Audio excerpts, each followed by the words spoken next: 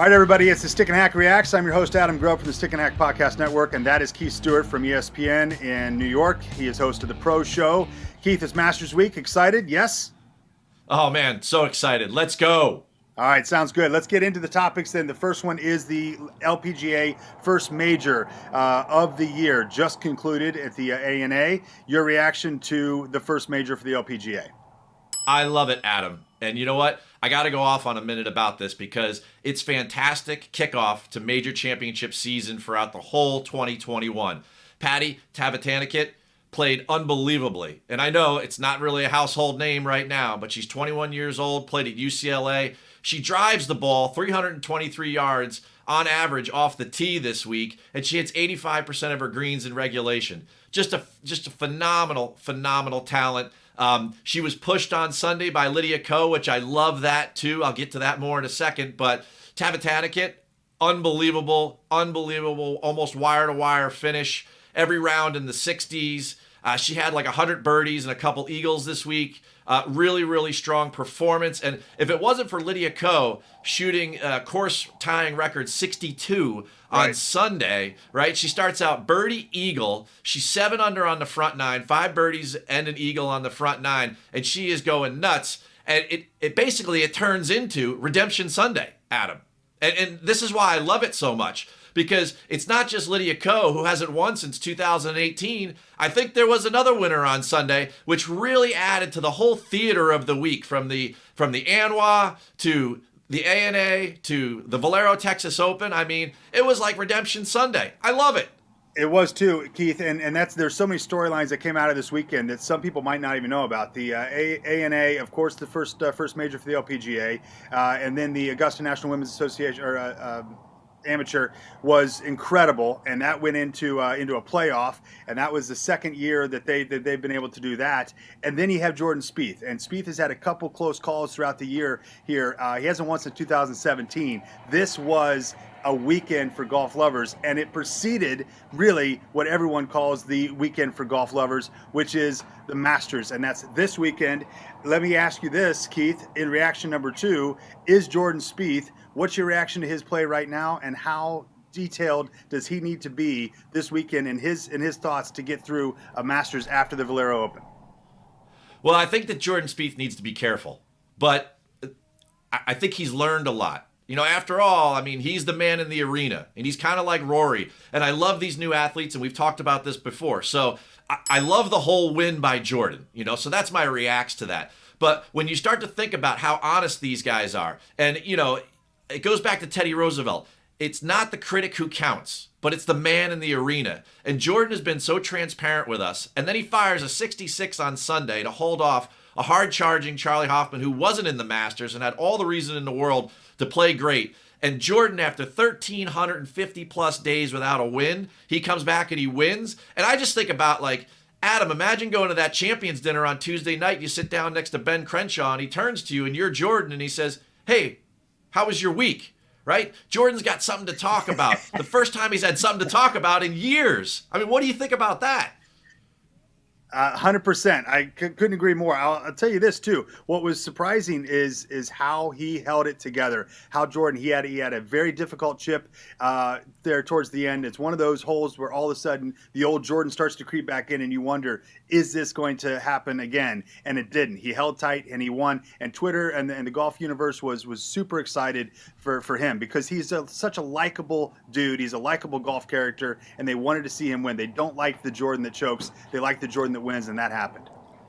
Jordan is huge for the game. I mean, Tiger Woods isn't walking through that door anytime soon, right? So we've got the JT story at the Players. We've got DJ trying to repeat. We've got Rahm's baby out of the way. We've got Brooks's quote-unquote knee or no knee problem. And now we've got the Jordan story. I mean, we've got 10 solid storylines going into the Augusta, which creates its own fantastic storylines. I couldn't be more fired up this week. I don't know if you could tell, but I'm coming out of the booth right now. I mean, I am like so excited for Masters Week. I'm excited to be with you. I mean, this is great. It's golf. I mean, think about how great golf is. Jordan Spieth is back.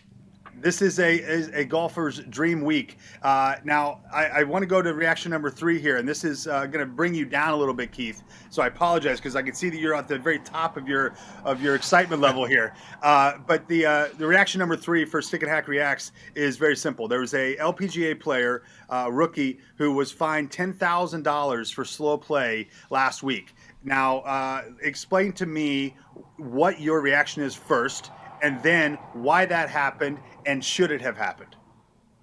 Well, I'm going to be a little bipolar on this one. You know, I love what the LPGA is doing, but I don't love what Yealimi Noh is doing, who's 19 years old and was the young LPGA star that was fined, okay? So she comes in like 61st and makes about $4,500, and then at the end of the week she finds out she was fined for slow play for 10 grand. So this 19-year-old's got to go back to mom and dad and said, hey, you know, I made the cut. I made $4,500, but I actually lost $5,500 because I played too slow. And of course, you know, she said, I knew the official was there. She received some bad times on Saturday. She said she had a new caddy. You know, the laundry list of complaints comes out. But at the end of the day, I love that the LPGA is holding the players responsible. What I don't love is that the reason the fine was so high for her is that because when it's your second offense, the fine is doubled. You know, no speeding in construction zones here, Yealimi. You know, you got to understand that you've got to play faster. So, you know, it's a mixed reaction, but I do love it for the LPGA, and I love that they're setting the standard for all the other tours with which to watch. So why was this news? Does this not happen in the PGA? Are people not fined? Does this not happen normally for a slow play fine? Because this became news and became a topic of conversation. We're talking about it here on Stick and Hack Reacts. Why was this such a big deal? Because the other tours just basically don't do it. Right. You know, they look away. You know, they are more concerned with not portraying themselves as big brother out there and more as being supportive to the players, keeping them happy. And if a final round takes 5.5 hours, well, there's a couple more commercials, and is that a bad thing, right? I love the fact, Keith, that's the problem I have with it. If you're not going to do it overall in the PGA, the LPGA, they are setting an example. They are using her as the example case for this very thing. That I'm not positive I love. I don't know how I feel about it yet, I guess is my point. Because she's 19, she's a rookie, she's trying to feel her way out, she's not making a lot of money, she's on the LPGA, she's trying to make a name for herself, and this is how she made a name for herself.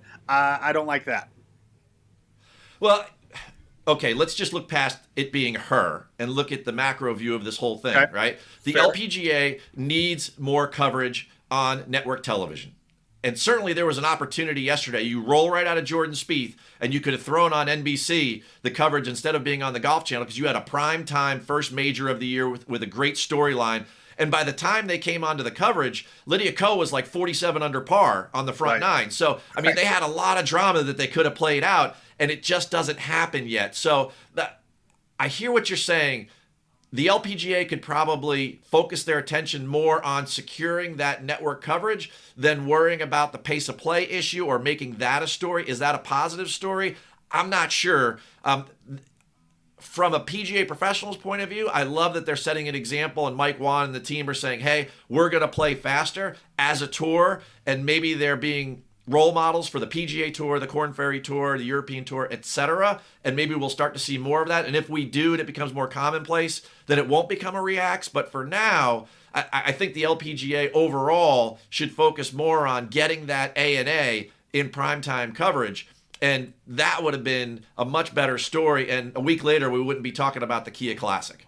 I agree 100%. Keith, thank you so much. Great to talk to you. Next week's Stick and Hack Reacts will be massive. It will be the Masters reactions. There's probably so much to get to. Hopefully we can fit it all in 10 minutes. But as you can see, I'm on vacation, Keith, so I'm going to shut it down. Enjoy your week. We will talk throughout the week, I'm sure, around the Masters event. A great show. Keith Stewart from ESPN Radio and The Pro Show. I'm Adam Grubb with Stick and Hack, and this has been Stick and Hack Reacts. Enjoy the week. Enjoy the Masters.